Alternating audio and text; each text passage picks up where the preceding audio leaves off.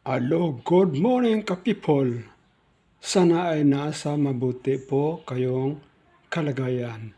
Sa ngayon, in Davao Region ay medyo di maganda dahil makulimlim ang weather situation ngayon.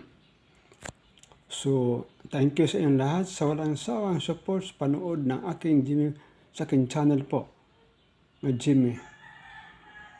Again, thank you sa inyong lahat. Pag-ingat po palagi dahil ang health is our wealth po.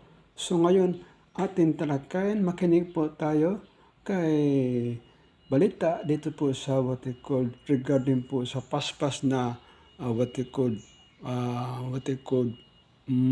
pagtalakay regarding po sa impeachment ni Sara po para matabunan po ang problema ng flood control syndicate.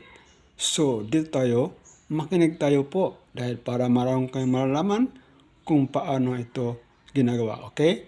Let's listen to the 24 oras po. Kung pwede itong buksan. Una noon. Kung pwede itong buksan. O, pinagtalunan noon kung pwede itong buksan dahil sa privacy ng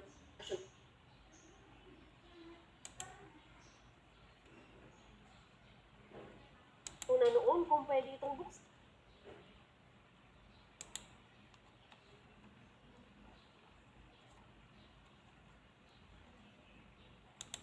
Ng taxpayer. Sa huli, hindi binuksan ng komite ang kahon. National Police at 15 anyos National Police.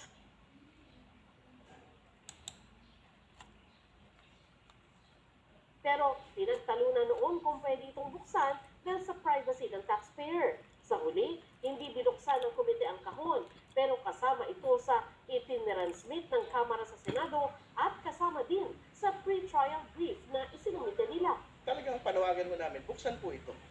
No? Kumbaga, it doesn't need yung pong sinasabing exemptions doon po sa code po ng BIR para mabuksan po ito pong box po na ito. Sapat-sapat na yung pong kapangyarihan ng Senate Impeachment Court.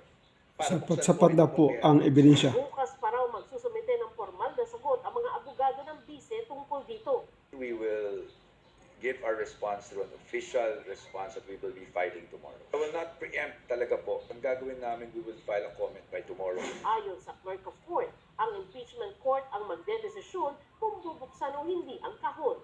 If they file, then I will just receive.